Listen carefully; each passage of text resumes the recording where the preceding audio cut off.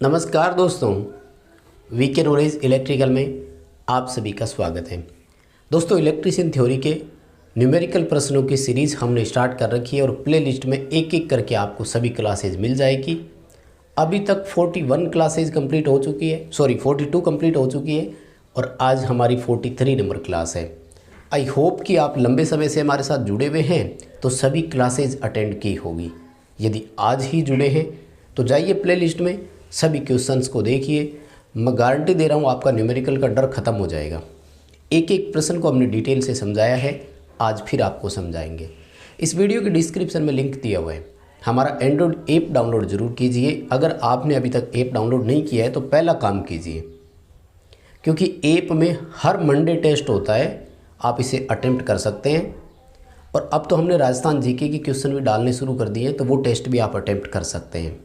सबसे पहला काम, ऐप डाउनलोड कीजिए।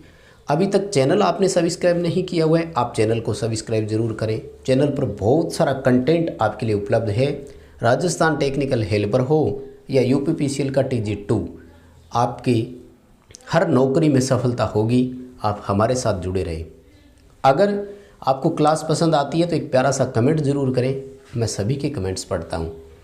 वीडियो लाइक ज़रूर करें, अपने दोस्तों को फॉरवर्ड करें। आगे जितना आप शेयर कर सकते हैं शेयर किया करें, ताकि कंटेंट उन तक पहुंच सके, वो भी अपने साथ जुड़ सके। आइए शुरू करते हैं। दोस्तों, आज की इस क्लास में जितने भी क्वेश्चन हैं, ये सभी क्वेश्चन आपके द्वारा मुझे लगभग सेंड किए गए थे, उन्हीं में से मैंने लिए हैं।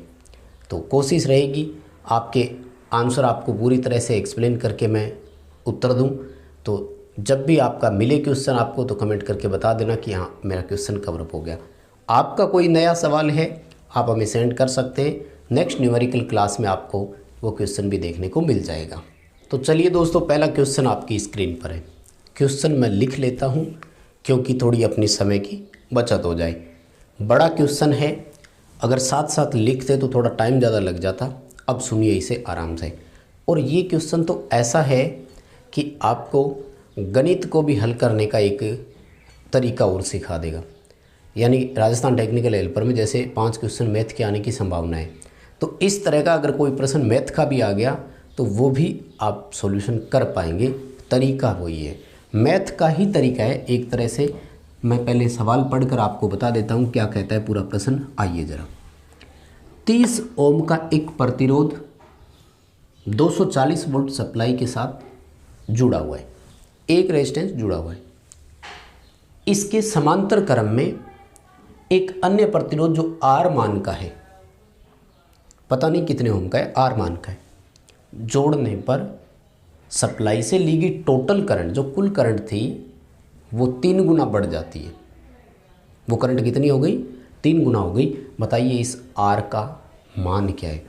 दोस्तों, इस तरह की चीज़ें जब भी आए ना, तो या तो इसके लाइन के हिसाब से चलते रहो, उत्तर आ जाएगा, या फिर चाहो तो आप डायग्राम बना लो।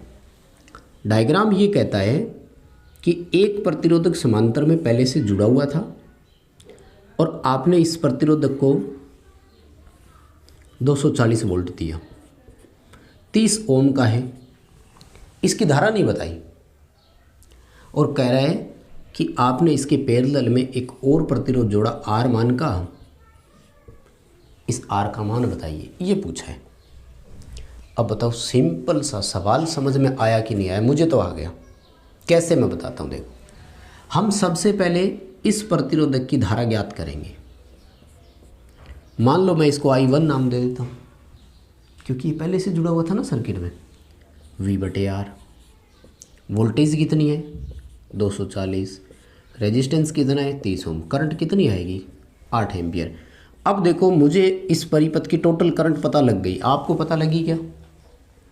लग गई। कहाँ से? ये देखो, प्रतिरोध जोड़ने पर सप्लाई से ली गई कुल धारा कितनी हो जाती है? 3 गुना। देखो, सप्लाई से पहले करंट कितनी आई? 8 एम्पियर, क्योंकि एक ही था। दोनों जोड़ते ही टोटल करंट कितना हो गया? 3 गुना। 3 गुना बोले तो 24 एम्पियर। बताओ, बात समझ में आई क्या? अब हमें तो I2 का भी पता लग गया, क्योंकि समांतर में है ना। कुल धारा में से एक शाखा की धारा घटा दो, उत्तर आ जाएगा।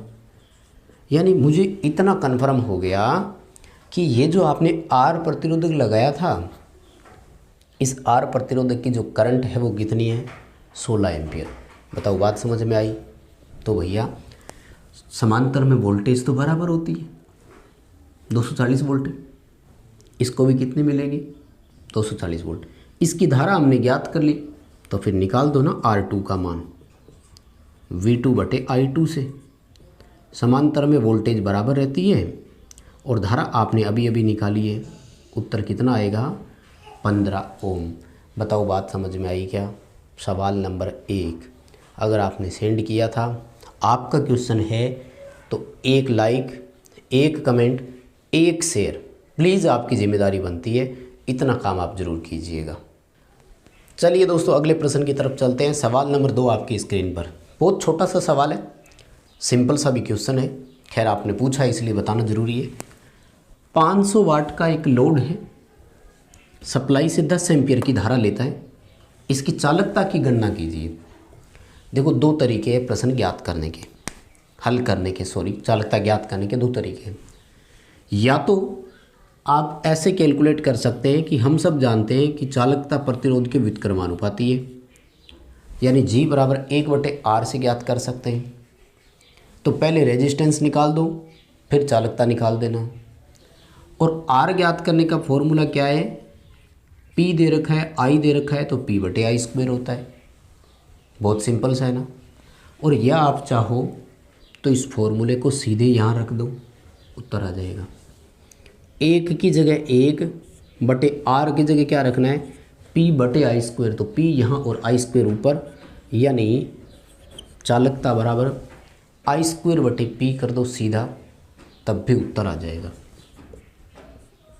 देखो करंट 10 एम्पियर है, तो 10 × 10 करो, और पावर आपको दी हुई है 500 वाट।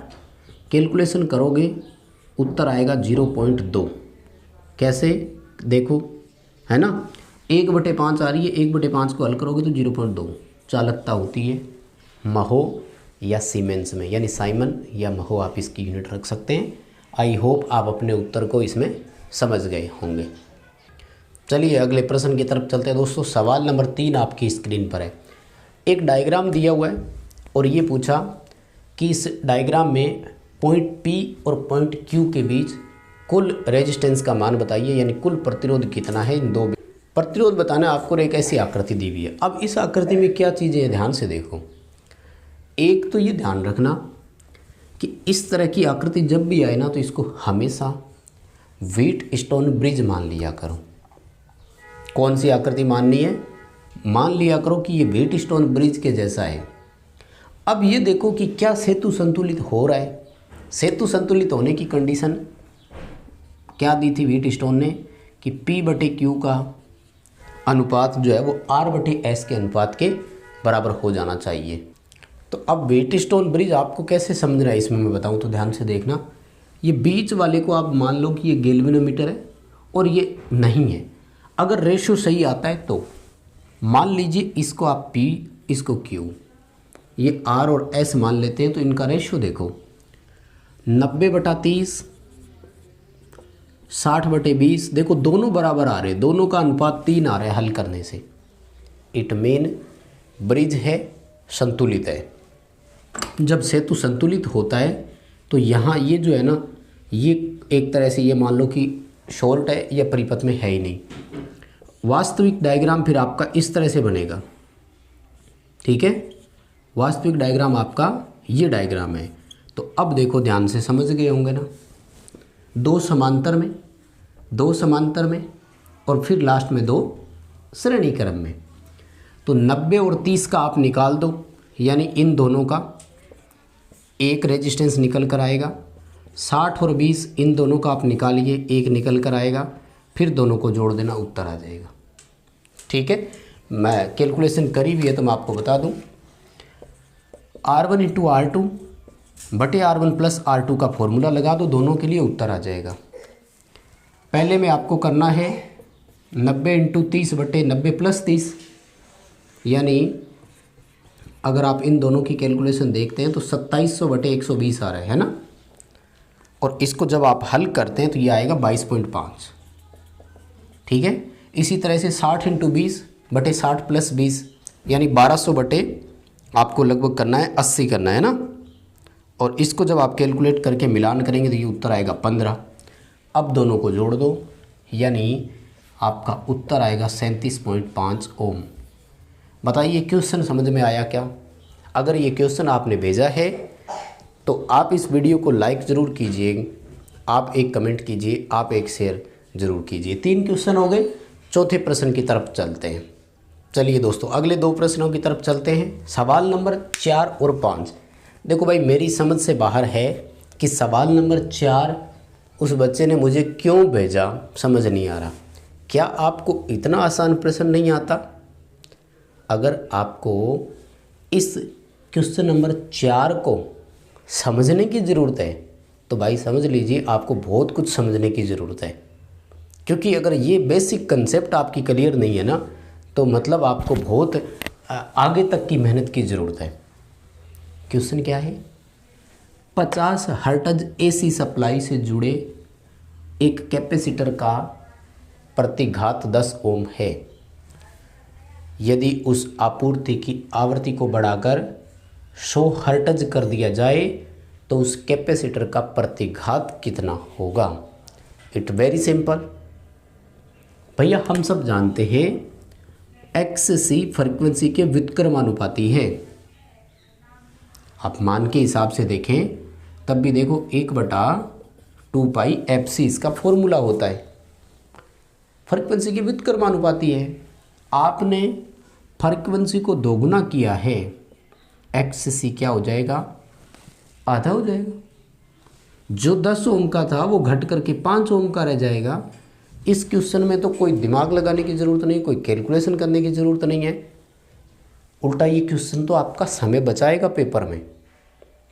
किसी दूसरे न्यूमेरिकल के लिए ये आपको एक और समय दे देगा। तो 4 नंबर क्वेश्चन की ज़्यादा ज़रूरत नहीं है। और बता देता हूँ, भविष्य में दोबारा कोई और क्वेश्चन ना पूछें।